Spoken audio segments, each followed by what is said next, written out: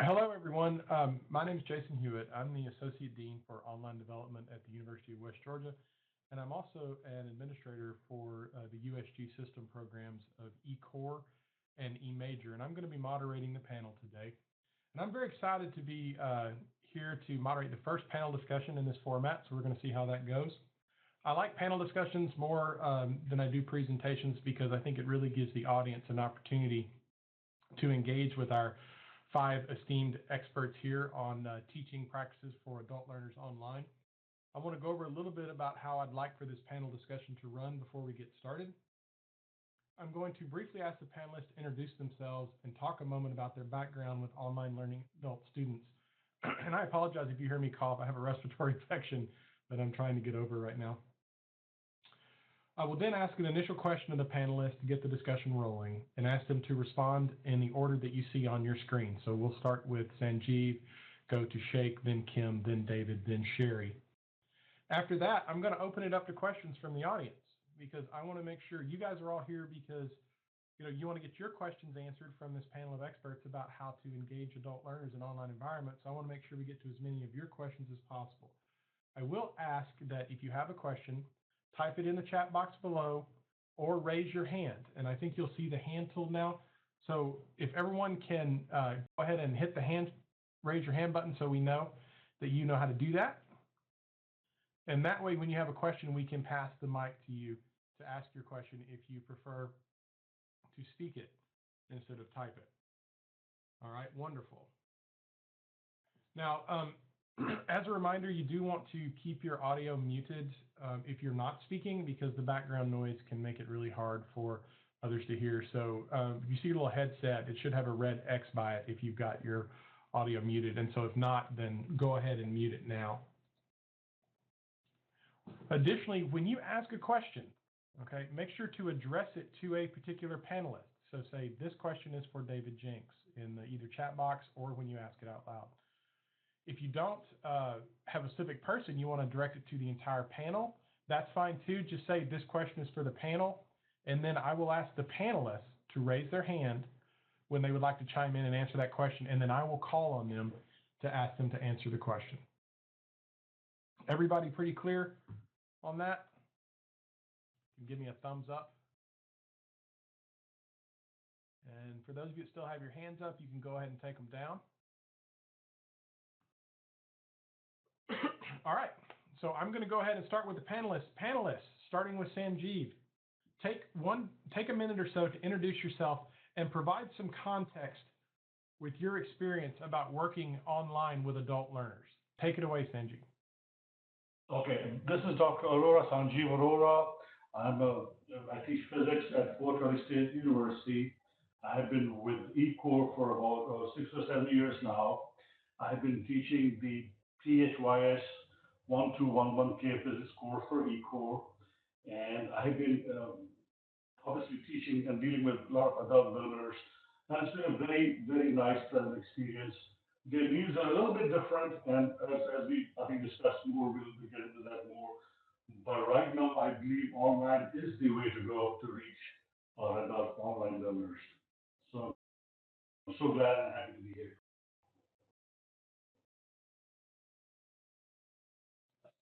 Okay, go ahead, Sheikh. Good morning. This is Sheikh Drameh. I'm with the Political Science Department, University of West Georgia.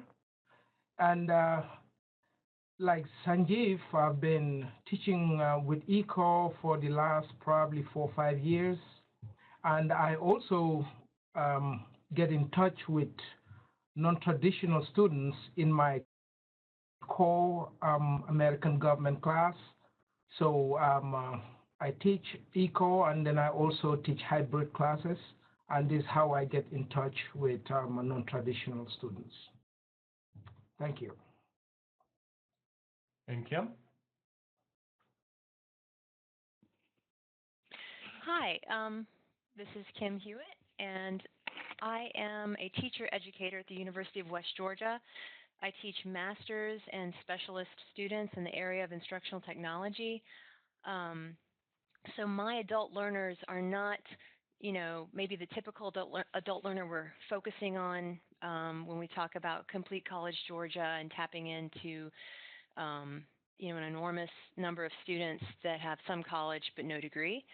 But at the same time, I have taught online here at the university for nearly 9 years. I've taught a lot of adults during that time. I've also been a non-traditional graduate student myself who was working full-time, raising a family, that kind of thing. So I bring both about 8 or 9 years of experience teaching online to adults, and a lot of the problems or issues, specific challenges that adult learners have, they're shared across whether they're adult learners that maybe need to finish a degree, but mine have degrees, but they are still seeking further degrees. But a lot of the design considerations that I make teaching my students, I believe, can apply for all adult learners. All right, that's me. Looking forward to talking to you all. Okay, Dave. Hello, this is Dr. David Jenks. I'm a professor and chair at the University of West Georgia in the Department of Criminology. Our department has long been involved in teaching adult learners. We were for a long time the only night program offered on campus. We explored online education about 5-6 years ago and launched the first fully online bachelor's program here at the university. We encountered a whole host of issues because the campus is designed in large part for a residential freshman population. And there were just a lot of things in campus that created challenges for us for undergraduates. We had previously a lot of graduate programs, but the undergraduate student population and the graduate student population are treated differently in a lot of respects. Since that time, we've moved towards PLA, prior learning assessment. We got involved with the Adult Learning Consortium and have explored a whole host of scheduling options to accommodate adult learners. And from my perspective, it's a lot more from a programmatic level, even though for some odd reason, and I think Jason had a lot to do with this, this whole lead by example thing, I had to go through a whole lot of certifications and courses, so I guess I became an adult learner through this process. So it's a nice full circle. Thank you. Thanks, David. And Sherry?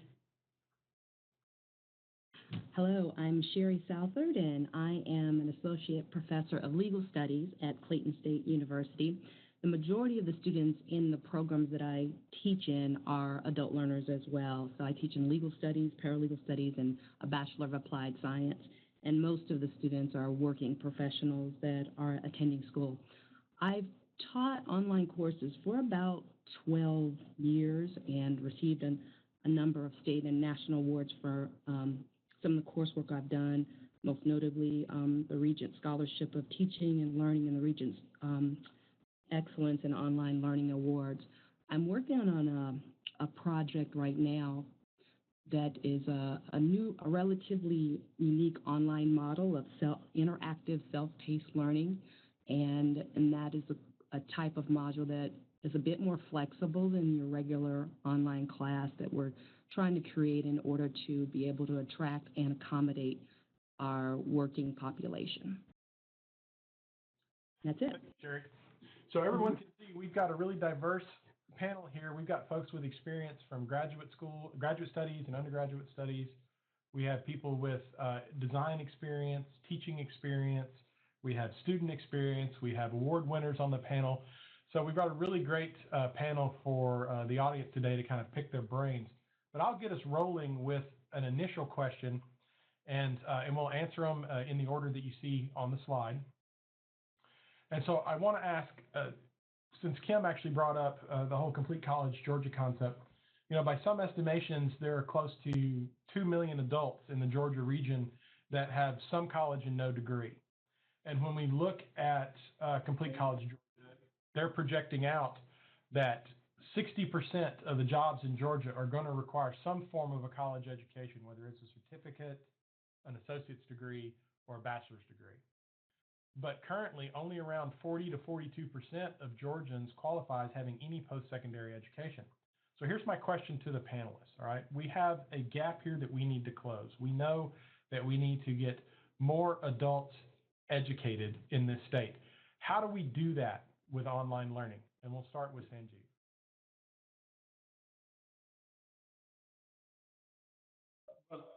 In my view, online learning, the plus point here is obviously very flexible. And, I researched this issue on the net and I discovered that online learners in particular like the fact that this format of learning is really, really flexible to the needs. I mean, they can be studying at night or even after midnight and all that. But there are some issues too. So just to say that online will be a cure-all in this situation might be a little bit too hasty.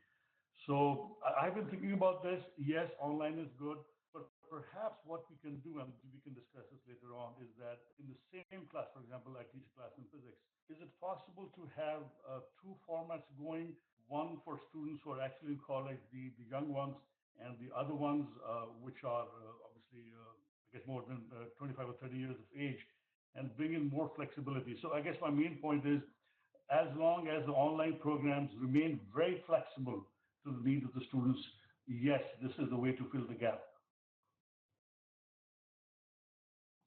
I'm done. And she?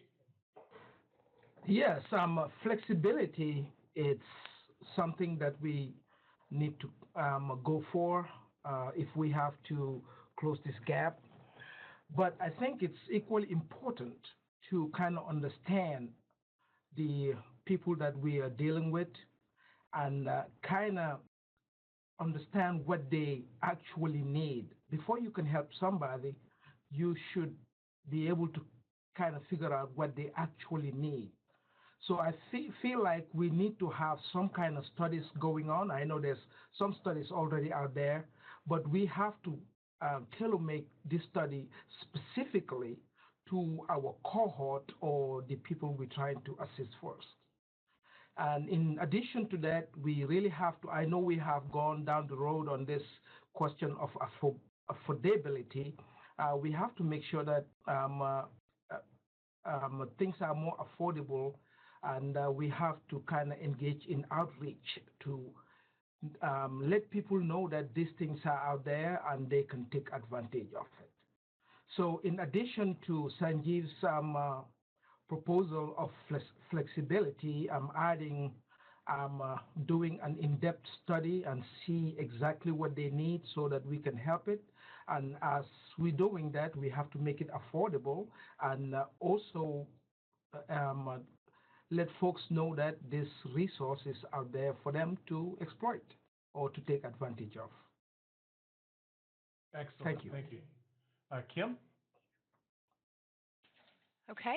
I'm not going to tell you everything I would say about this, but building on the flexibility point and the understanding people's needs, let me talk about understanding people and their needs. So part of our job, at least my role as an instructor of graduate students in education, is that I'm also an advisor to students. So I have hundreds of students that I have to help pull into the university and navigate the system. So something that I do as part of that advisory role, which I consider to also be a teaching sort of function, because you're teaching them how to work in the system, is that I do try to understand my students and their needs. I have a survey that so what I do is I've built an online section in the learning management system that the students will also be learning in as they're online learners in our programs. That allows them to begin becoming familiar with the D2L, Brightspace section, what they're able to do in it, how they can use discussion posts if they want, how to navigate through the content and that kind of thing.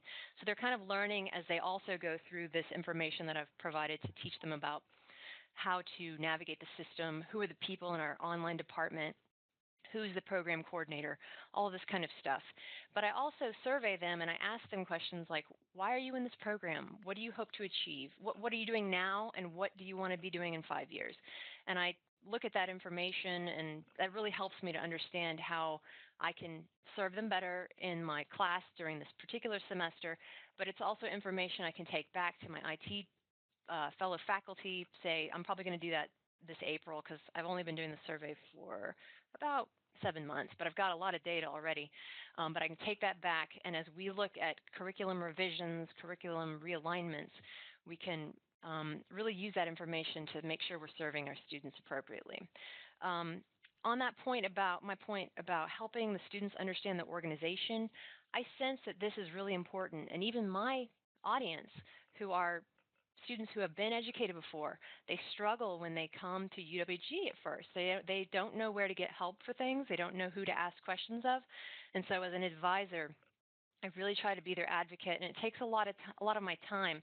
But I try to assume that the student is right. I mean, I probably err on the side of being a little too advocate-y for them, but I just feel like they need that when they come to this organization.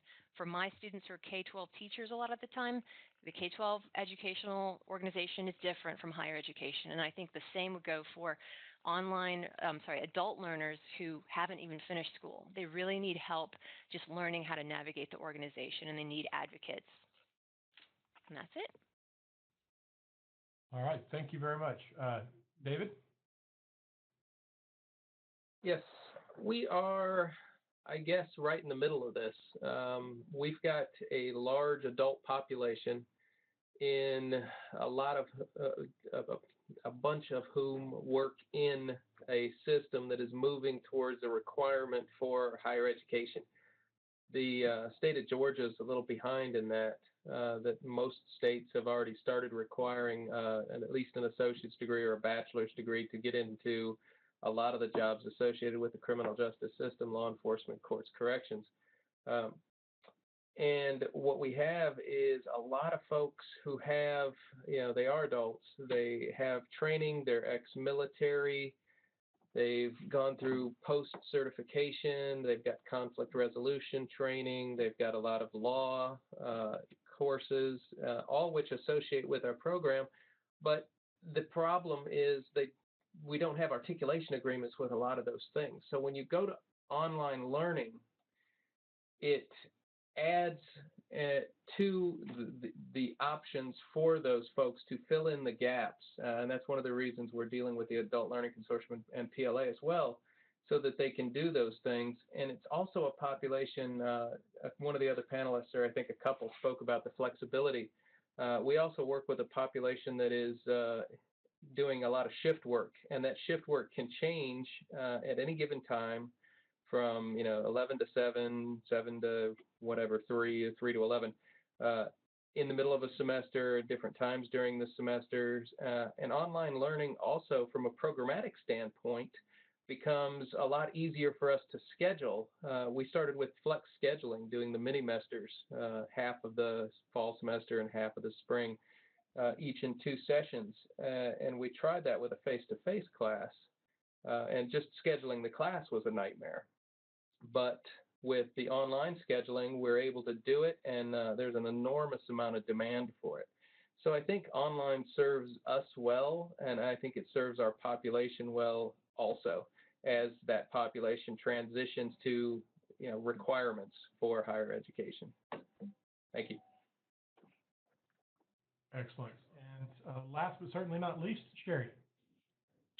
And the point that I was going to make is really somewhat similar to the point that was raised by David, is just other opportunities, more flexible scheduling opportunities, multiple entry points and exit points and re-entry points for students with classes, opportunities to for students to have accelerated work as well, I think, are some ways that would make this a very attractive for the adult students. And that's also, I think, to the point that Kim was making about just generalized support, expanding support for students, online support for all sorts of necessary services, registration, technical issues. That's a lot of what students encounter in a lot of your online classes is technical problems. So to have some sort of online real-time support expansion in that area, I think would be very helpful in expanding that opportunity for students as well. Excellent. I think what I'm hearing from all of you is this center theme around flexibility when it comes to not just designing the courses for adult learners, but really flexibility in the whole organizational structure of the institution. And so there you're talking about a culture change at the institution to get them more amenable to the idea that they have to serve an entirely new population of learners in entirely new ways.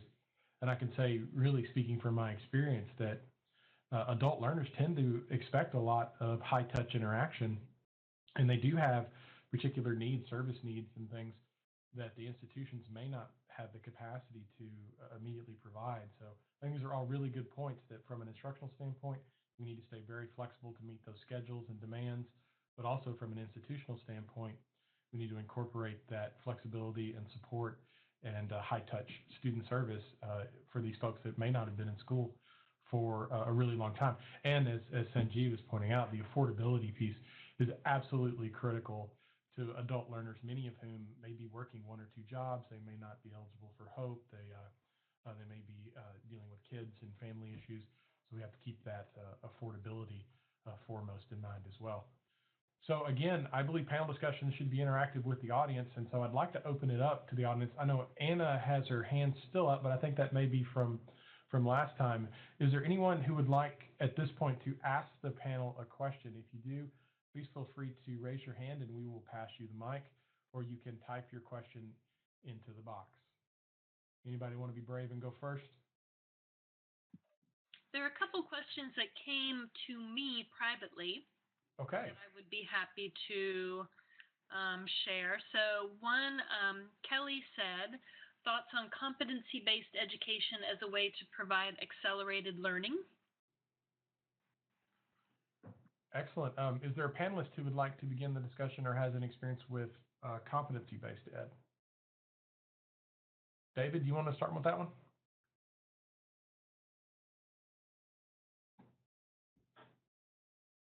Go ahead, David. I guess I should unmute before I start talking. Yes, we've started to explore competency-based education in conjunction with the prior learning assessment and the Adult Learning Consortium. It is we've launched it here in the College of Social Sciences, and largely in the department, what we've seen is a large number of people who are coming into the program and trying to put together portfolios for essentially what they have as prior learning.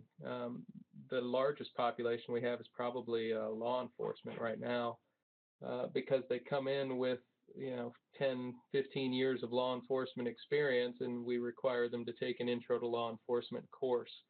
The difficulty we're having is on both ends, trying to set it up institutionally, as Jason said, to get that accepted as credit. And I think we've managed to do that. But the second part is developing our own expertise amongst the faculty and the department to outline competencies in a way, in a measurable way that we can actually track.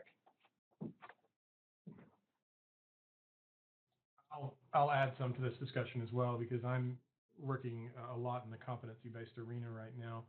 And for those that aren't familiar with competency-based education, or CBE as it's called, it really is a rewriting of the entire process of instructional delivery. Most of, throughout history, we've designed our instruction to where learning is a variable. You get an A, B, C, D, or F, and time is a constant, 8-week, 16-week semester. Competency-based ed flips that on its head and says that learning becomes the constant. It sets a level of mastery, and everybody has to meet that level. And time becomes variable. If it takes you 2 weeks or 2 months to demonstrate those competencies, then it doesn't really matter. So you can imagine that redesigning an entire delivery system based around competencies that is not dependent upon time is an incredibly difficult prospect.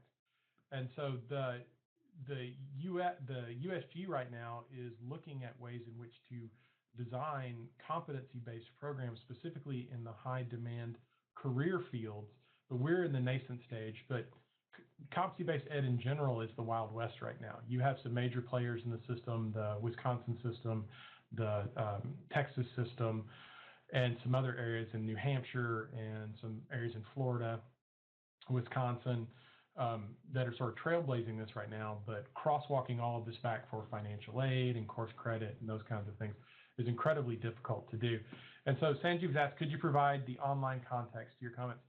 All of competency-based ed is delivered online. You don't really see face-to-face competency-based programs, and they're mostly geared toward adult learners. So when you're talking about competency-based design, it's going to be instruction that's delivered generally asynchronously through a distance medium, targeting adult learners. That's where most of the focus is. on CBE right now. So we'll see a lot of it delivered online, just delivered in completely different formats. Okay, so we've got a check mark. Michael, did you have a question? Or anyone in the audience that wants to raise their hand for another question for the panelists? There is another one that came through the chat, if I may. This is from Shelley, and she says, I teach online, and I believe in online education. I've sensed, however, a perception among current students and prospective students that online education doesn't deliver the same learning opportunities as on-campus education, that somehow online learning has its limitations, or that degrees earned online are not as legitimate as degrees earned the traditional way. What would you say to a prospective adult student who doubts the benefits and/or legitimacy of online education in this way? Okay, so panelists, do we have someone who'd like to tackle that? Okay, Sanjeev, go ahead. And if anyone else would like to chime in after Sanjeev, just raise your hand. Sure. I would like to challenge this viewpoint, because on the flip side, online learning actually is very effective, because I heard this comment too a lot of times. They say face-to-face, we can interact more, but that's not true. Online discussions, actually, I've seen students who would normally be very quiet in the classroom and not say a word. They post discussions, they argue left and right, who's right, who's wrong. So I believe online instruction is as good, or maybe in fact better than face-to-face. The only weak point which could be pointed out is for a hard science course, which I teach, and a lot of, I think, naysayers say that, all right, if you do a lab-based course, then online discussion or online instruction could falter. But I don't agree with that, because there are lots of lab tips where students can do the labs hands-on at home. So I think we have to counter this thought amongst people in general, and just tell them that what they're saying is actually not true, and maybe do some more research to prove our point. Okay, and Kim, let's move to you next. One thing I might explain to them is that based on my own experience, I found that I'm able to, I've learned face-to-face and online, and I can do both, and I like both a lot. Each format has its strengths, but I've noticed in my own work that using sort of online tools is sometimes way more effective than working face-to-face. So for a project, say in a class where students, in a face-to-face section might push some tables and chairs together and, knock heads together and work on something on paper and draft it out and talk it over. I mean, that's kind of sort of the beauty of like face-to-face, right? Well, I would sort of explain to this student doubter that you can do the same thing online. You can crack open a Google Doc. Everybody's there. You can see their webcams if you want, and you can edit in real time on that document. I did that yesterday with some colleagues across the country, and we were able to, I think you're able to work even better on certain higher order tasks, the kinds of things we want our students to do. You can actually work better online now, I think, than you can face-to-face in some cases. I mean, I think it's just as effective. And for a complex assessment project that we were working on a couple of weeks ago as a faculty, we actually met online when we could have met face-to-face, because online was actually more effective for visualizing and doing real-time changes that everybody could see. So I believe that it's fantastic for the types of work that we need our students to do. So I would just give examples from my own work and from what other people in the real world are doing. I mean, we see an explosion of online learning where people, even if it's just learning from YouTube videos, we see children teaching themselves to do all kinds of things just by Googling it and that kind of thing. So it is the way people are learning now. Okay, and David, you had your hand up? Yeah. I would acknowledge, that it's a perception, but it's also just that. It's a perception. It doesn't actually meet the reality. And it's something, that we all have to deal with and we all have to battle at times. But one of the things I like to point out when people do ask that question is quite simply, it's no different than the perception of, 20, 30 years ago, 40 years ago, whenever it was when we started having the discussion, and it probably still holds true today, that you learn more in a smaller class than a larger class, and more in a seminar than you do in a different format. And I like to turn it back on the learning, as Jason was saying earlier. It has a lot more to do with the person taking the class than it does, how the class is structured. You could have a person sit through, a large class or a small class in a seminar and learn nothing, just like you could have somebody sit in an online class and learn nothing. But just the opposite is true when you look at online learning. If you have somebody that doesn't participate, and doesn't get involved, they're not going to learn as much, and they're not going to come out with the same understanding as someone who's actively involved in the course. And I think that's true regardless of the medium. And we'll finish up with Sheik. Go ahead. Well, I just wanted to add that I teach this triple section Intro to American Government, POLS 1101, and it's very hard to engage everybody in that class, about 150 students. But if it's in an online environment, I call it is participatory learning. That means you will have to engage. You don't have a choice. And it's very different from just coming to class and sitting in a big lecture hall and just dozing off or, not paying attention most of the time. But if it's in an online environment, we engage into those discussions, and of course, you will just have to engage and participate. And I have seen very positive results in that, rather than just coming to class and just sitting somewhere in the back. Thank you. Thanks, panelists. And I would actually add that I would challenge the assumption that face-to-face learning is all that effective to begin with. I don't think there's a whole lot of evidence to support that it is in some way the standard to which we should be holding ourselves for great instruction. When you look at the number of dropouts we have, the number of people without degrees, the business and industry and fields that are constantly telling us that the students are underprepared for the workforce and they don't have the skills that they need to be successful in the modern workforce. And we look at rising student debt and all the issues that come along with traditional instruction. I would challenge the notion that it's the great standard, the paragon that we hold everything up to. And I would also say that, when you look at comparison studies between the online and face-to-face environments, there's no doubt. Yeah, Sanjeev makes a great point. The lecture mode of instruction is seriously effective. But there's no doubt that, from comparison studies, that they're equally effective, as David pointed out. They're equally effective or they're equally ineffective, depending on how you want to look at it. So, and a lot of the major organizations now that surround online learning, when you look at some of your professional organizations like AECT and iNicole and AERA, they've all called for an end of media comparison studies. They think they're a complete waste of time now, and then instead we should be focusing on how to just improve the environment we're in for teaching. So we'll move back to the audience now. Denise, did you have any more questions, or is there someone in the audience that would like to raise their hand and ask a question of one of the panelists or the entire panel? There is another question here.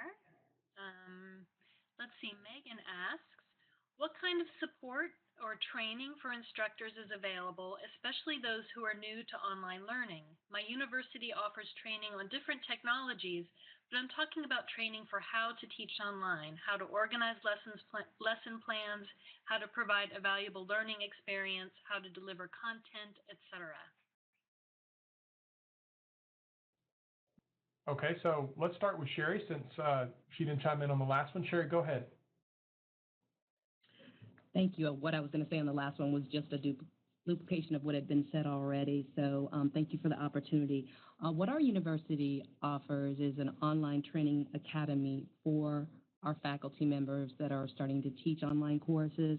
And as you said, it goes over a lot of the technology, but also goes beyond that to online pedagogy so that the faculty get an insight in what the online learning experience is like. And they actually take an online course, so they get to have the opportunity to get the student kind of experiential insight in what it's like to be an online learner.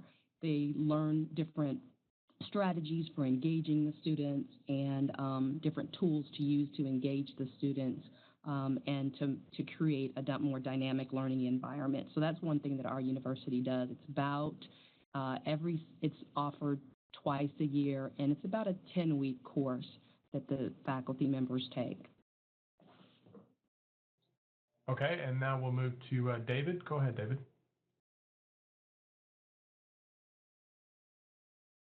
Yes, we use a multi-tiered training strategy for faculty. We adopted an online training for our incoming faculty, and we've had a lot of them in the last 5 years. I think we've trained 15 faculty coming in, and one of the issues that we have is these folks come in with their contract on July 1st, and they have to teach in an unfamiliar online environment in the middle of August. So we needed to develop something that they could go through in a 2-week period. We required of all incoming faculty, basically just to get them familiar with the platform. In West Georgia, I think we're still using D2L. And that's worked out really well. That was adopted by the college to train faculty, because one of the other issues we had is we have upper division electives that are required outside of the department, and we don't have a lot of faculty that were teaching upper division courses that our majors could get into. So that course was adapted for those folks. We also have an online advanced training that's basically more of the bells and whistles that you'll get, similar to some of the USG system, Center for, or what is it? Jason will know this, the Teaching and Learning Conference that they have at UGA every year. A lot of the presentations there were really good in that regard. But one of the things we've also focused on for our faculty is Quality Matters certification.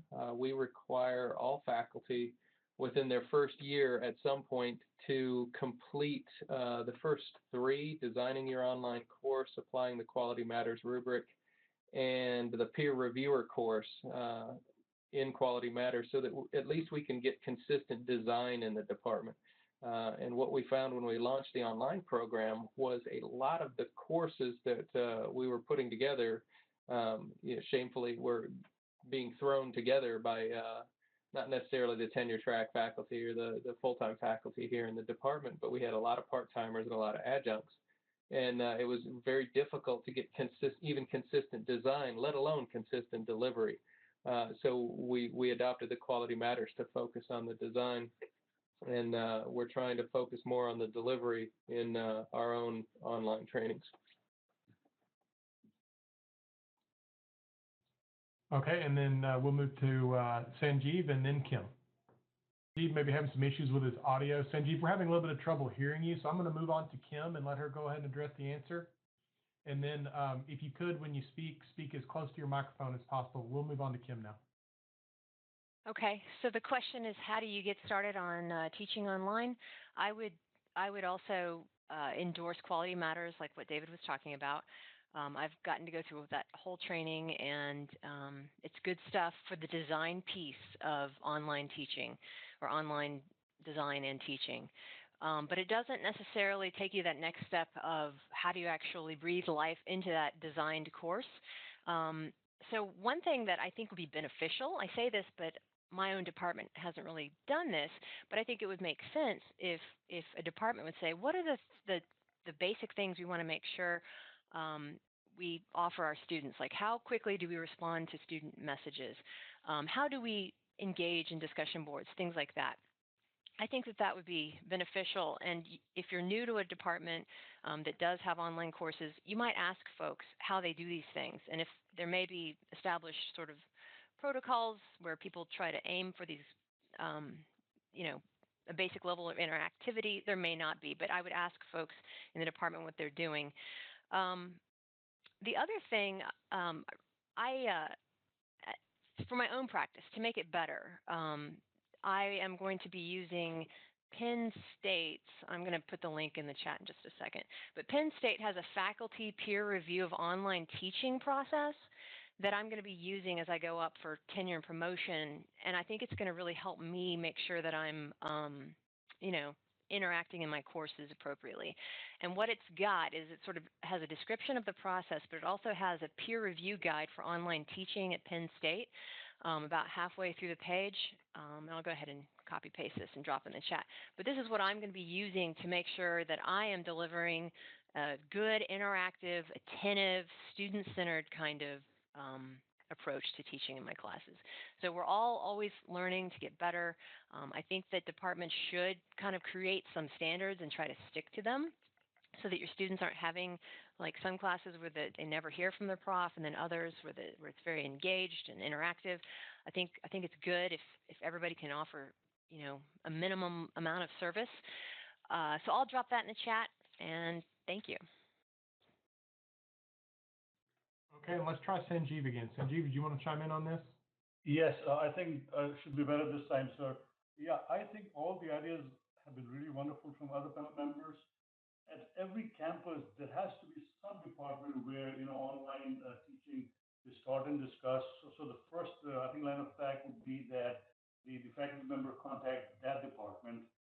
Okay, God forbid there is a department like that. In my view, even if you go to the internet, guys, you know, there's so much of resources on every system. I think D2L, Brightspace, whatever you want to do, you know, you can, to be honest, self-learn. If you're motivated, you can learn all tricks of the trade by going to YouTube and learning about the system. If everything else fails, as a starting point.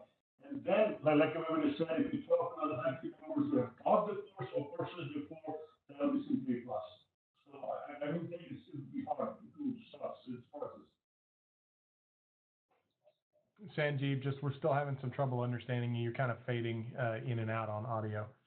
So I want to say from a university perspective, if this question is coming from a place of, you know, I'm at an institution and my institution does not provide the level of training that I need to feel like I'm going to be successful as an online professor or a teacher, that's a tougher question. And through eCore, I work with 26 different institutions, and I can tell you that you have to really advance these initiatives yourself on the campus. And if you don't have the university backing and the funding to formalize a process that handles your design and development and evaluation and quality control of your online courses and programs, then as David and Kim particularly pointed out, that's something you may have to really take charge of at the department level, work with your faculty, develop some sort of memorandum of understanding of, you know, how you're going to respond to students, particularly if your university right now is looking at branching out to adult audiences, but they don't have the infrastructure in place,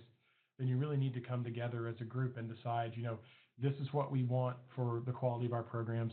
This is what we expect our professors to do with these students and how we expect them to behave, particularly with adult learners, because the expectations for how professors interact with adult students is very different from the expectations from how they're going to maybe interact with traditional students.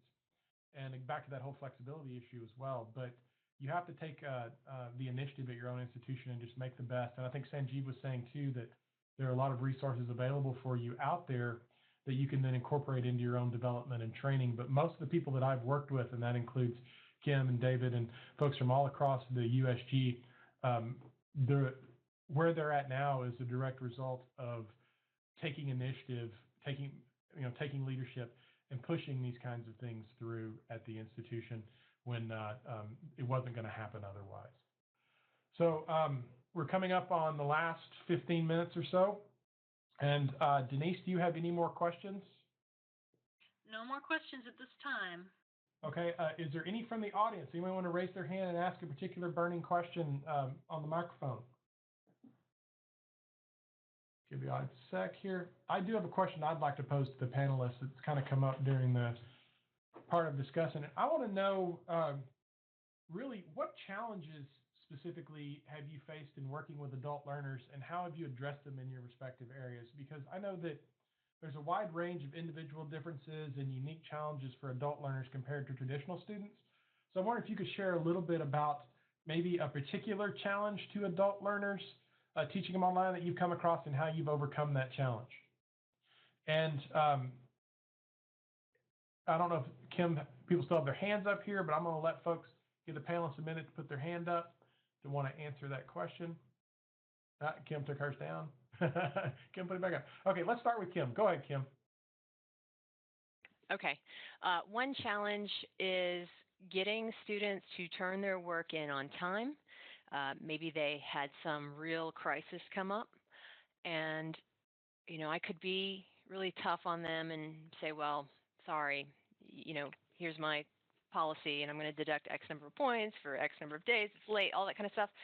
But so that was my challenge, and it was causing me a lot of stress. I think it caused them a lot of stress. So what I do for that is, it doesn't matter to me if they turn their assignment in on the deadline or a week after that generally. As long as nobody else needs to interact with that project. If it's an individual project, then what's the harm of turning it in a week late? So in all of those types of individual submissions, they get an extra week to turn it in, no problem. I don't want to have a conversation. They don't have to apologize. And I found that type of flexible submission, it's not used very often. I mean, it's not used a ton. It's not abused a lot.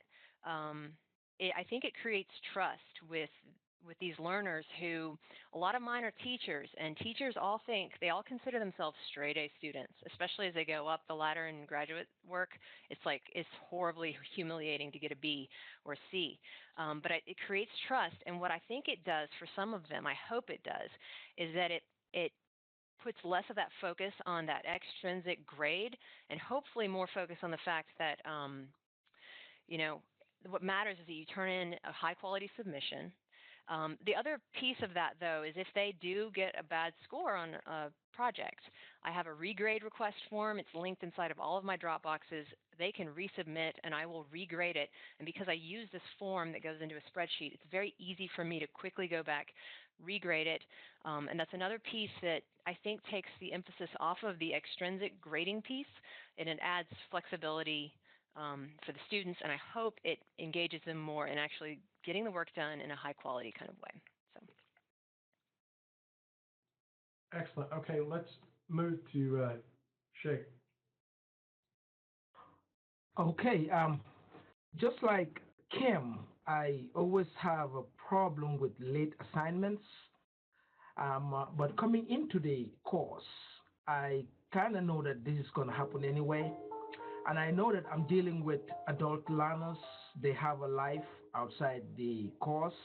So I tend to be a little bit flexible with them and take it at individual basis and really try to work with them. But late assignments is an issue that comes up again and again. Another problem I see is not reading the announcements. Most of the people are in the class. However, I will post things a week in advance, and they will just not read it. So that's a challenge I am having. Therefore, my announcements, I post them in multiple areas in the course. Hopefully, they will get to it before it's too late. So these are two major challenges I'm facing, and I definitely deal with them on individual basis. Late assignments and not reading or keeping up with the class. Thank you. Thank you. Sherry, go ahead.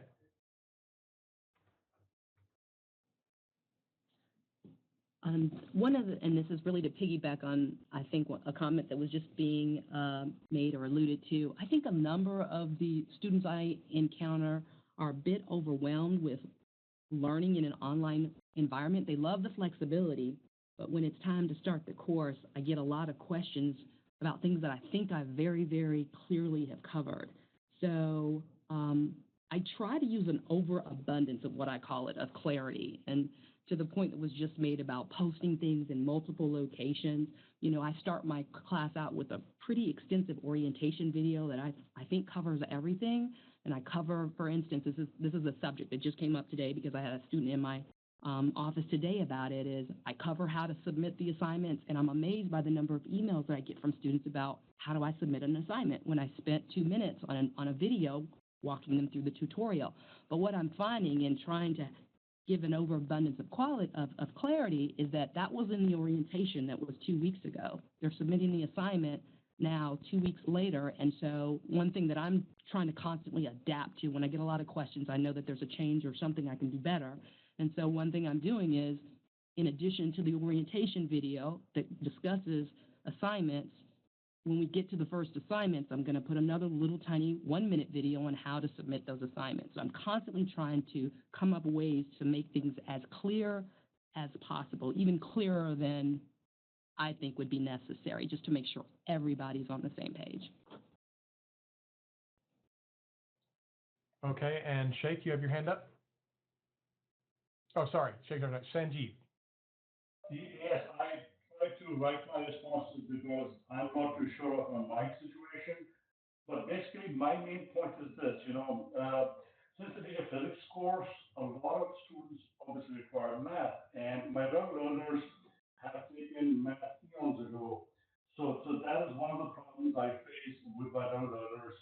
And also the fact that most of them are working hard in the company and all that, so they can be more often than other students. So my approach, of course, I'm very flexible, and when push comes to shove, I just call them and explain the problem. I go through the math steps, and I try to be involved with them. And just, I'm good. I know that they're behind only because of the math skills. So once they hear from me on the phone, they get reassured, and things get a little bit smoother from that point forwards.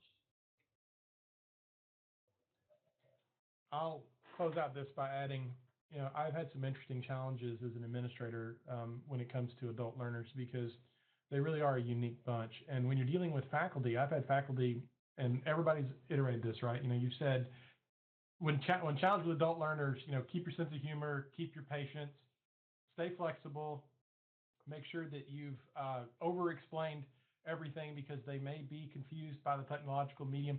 I found all those things to be exactly accurate in my experience. And I have faculty come to me that aren't flexible, and I'll say, well, this student, his child was sick and she needs to hand this in on Monday, and I know that your due date was Sunday, and the faculty member's like, absolutely not, it's my job to teach them to be responsible adults.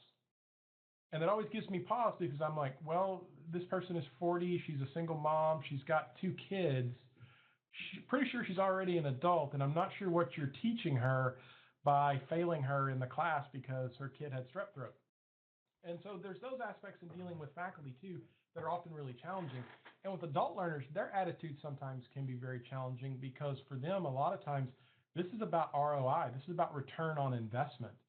They don't view education the way a 19 to 21-year-old would as sort of this formative experience to where you grow up and become a good thinker and all those sorts of things. They really view this as, what am I getting for my money? And they have very loud voices, and they're not afraid to complain to everyone about things that they see wrong with courses, professors. They'll write letters to presidents of institutions and provosts and all those kinds of things because they want their voice to be heard. And adult students are the only students when handling all of E-Core's and E-Major's grade appeals and things like that have demanded their money back. I didn't get what I wanted out of this course, therefore you owe me my money back. So there's this return on investment mentality with adult learners that we also need to be aware of. And I saw David's hand shoot up as well, so I'll pass it off to him. I was just going to piggyback on that, not only the return on investment idea, but also somebody, and I don't remember who it was in our department, likened it to the first of the year and the New Year's resolutions with going to the gym. I'm going to go back to school. I'm going to do it this time online. I'm wonderful. They sign up, they get into the class, and then, something happens, they come for a week or two, and then it's as simple as logging off. And one of the things that we try to do is get information from them and communicate with them outside of the course den through private emails or text messaging or any way that we can get in touch with them to say, hey, we're still here, you can still do this, and try and get them engaged. They're not we don't have them trapped on campus like residential students, where you can just walk over to their dorm and say, hey, don't forget to go to your class. For a lot of them, it's as simple as just, not going to the gym per se, if you stay with that idea. Excellent. And Denise, I understand that you have a comment to share. I do. So Marta said, and I think this was in response to the comment earlier about, I'm sorry, I'm not sure if that was Kim or Sherry, who was talking about having to link the students couldn't remember how to submit their assignments. And what Marta said she does is that she links every assignment to the recorded initial tutorial session throughout the semester, and that's worked to reduce the need of repeated emails about the matter. So every time there's an assignment, she links to that video telling them how to submit it. All right, I believe we're coming up on the last couple of minutes. Are there any burning questions from the audience that we want to cover before we close out today? Well, I want to take a second to thank all of the people for participating on our panel today. And I hope you've come to get a little bit better understanding of some of the challenges and opportunities that we have when we're working with adult learners in the online space. Now, I'm a huge advocate for adult learners. I was one myself. When I was 24 years old, I became a single parent quite literally overnight, and I had to drop out of a degree program at that point. I was working on a master's in English, and I got all the way to writing my thesis, and I couldn't finish the thesis because I had to move to support my child and take a second job, and there were no distance options available for me at the time. And as I progressed in my education, I had to drive 45 miles each way to a campus and find babysitters and do all those kinds of things. So I believe that there's enormous potential in this space for us to serve an audience that has been dramatically underserved in the educational system. By some accounts, as many as 86% of all students across the United States are non-traditional learners. So really, they should be seen as the main or the traditional learner, but we've done a very poor job serving them. And I think if we're really going to accomplish the goals we need to accomplish as a society, that we have to rethink the way we approach these learners. And I was recently meeting with Western Governors looking over designs for competency-based education programs, and Western Governors is very clear in saying that they consider all of their students, which are all adult learners, as learners of last resort. That means they are people that all the traditional spectrums have completely failed for them, and they want to figure out ways to design for all of those learners of last resort to get them to a place where they want to be to improve their lot in life. And so thank you all for attending today, and thanks to all of the panelists for sharing their expertise in what I think is a critical design problem as we move forward in trying to educate the populace of the U.S. Thank you all very much. And I also want to thank our panelists for sharing their valuable experiences. But Jason, also to you for giving us an excellent model for how to facilitate panel discussions in the future. As we mentioned, you are our first panel discussion in this online environment, and I think that you did a great job. So I want to thank you as well. And also, I mentioned earlier, but if you guys are interested in learning more about Quality Matters, which is online course design, I'm going to put my email in the chat bar again, and just shoot me an email, and I will tell you all the stuff I know about it. And I will now turn it over to Mark. Thanks, you guys. Thank you all very much. I think it really went well as well. If you haven't, those who are still with us, if you have any feedback, you will get an evaluation form as soon as you log out, and we'd like to know what you thought. The next session we have is the February 9th, Semi-Flip, How to Flip Your Classroom One Activity at a Time, with Elizabeth Luck and Mariana Smitherman. And we look forward to that, and we hope to see you all again. Thank you all so much. Thanks, everyone. Thank you.